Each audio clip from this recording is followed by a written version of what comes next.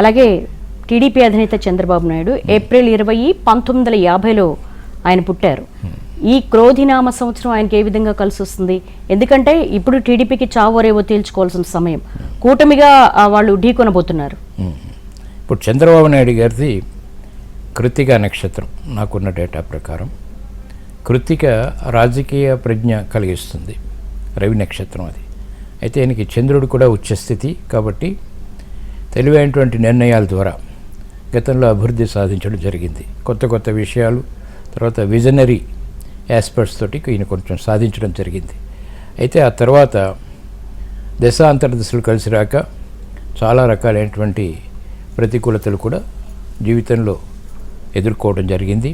అయితే వీటన్నిటినీ అధిగమించాలంటే ప్రస్తుతం ఉన్నటువంటి గ్రహస్థితి కొంతవరకు మాత్రమే సహకరిస్తుంది. చంద్రబాబు నాయుడు గారి రాశి ఏంటండి? వృషభ రాశి. వృషభ రాశి, ఓకే. కాబట్టి ఈయన ఇంకా గట్టి కృషి చేస్తే తప్ప ఆశించినటువంటి లక్ష్యాలు నెరవేర్చుకోవడం కష్టం అవుతుంది.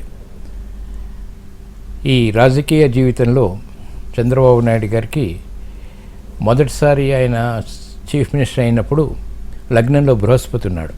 చాలా మంచి పేరు ప్రఖ్యాతులు తెచ్చాడు ఆయనకి.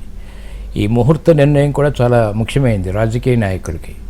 చక్కటి ముహూర్తంలో బృహస్పతిని కనుక లగ్నంలో పెట్టుకుని వీరు ప్రమాణ స్వీకారం చేసినట్టయితే ఎన్ని ఒడిదుడుకులు వచ్చినప్పటికీ కూడా ఏదో ఒక రంగంలో పేరు ప్రఖ్యాతులు తెచ్చుకుని తద్వారా విశేషమైనటువంటి ప్రజ్ఞను గడించేటువంటి అవకాశాలు ఉంటాయి.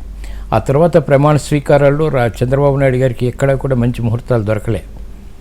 అప్పుడు వృశ్చిక లగ్నంలో బృహస్పతి ప్రమాణం చేసి ఆ కంప్యూటర్ రంగంలో చాలా విశేషమైనటువంటి పేరు ప్రఖ్యాతులు సాధించడం జరిగింది. ఆ తర్వాత ఎప్పుడు కూడా ఇటువంటి ముహూర్త బలం దొరకలేదు ఆయనకి. ఇవన్నీ కూడా నడుస్తున్నటువంటి దశ అంతర్దశల్ని బట్టి ఏర్పడుతుంటాయి.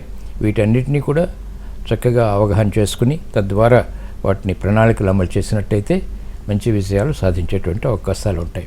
అంటే ఆయన రాశి ప్రకారం అసలు అధికారంలోకి వస్తారా 2024? ఇప్పుడు ఈ 2024లో ఆయనకి అవకాశాలు ఉన్నాయి, అవకాశాలు లేవు అనే చెప్పాలి. ఒక రకంగా చాలా గట్టి ప్రయత్నాలు అవసరం. అందుకే వీటికి ఆ సలహాదారులు, తర్వాత ఇప్పుడు ఈయనకి బుధుడు యొక్క స్థితి కూడా ఈయనకి అనుకూలంగా లేదు. కాబట్టి ఈయన ఏమిటంటే ముఖ్యంగా స్వతంత్రంగా కాకుండా ఇతరుల మీద ఆధారపడేటువంటి అవకాశాలు ఎక్కువగా వచ్చాయి బుధుడు వీక్గా ఉన్నప్పుడు.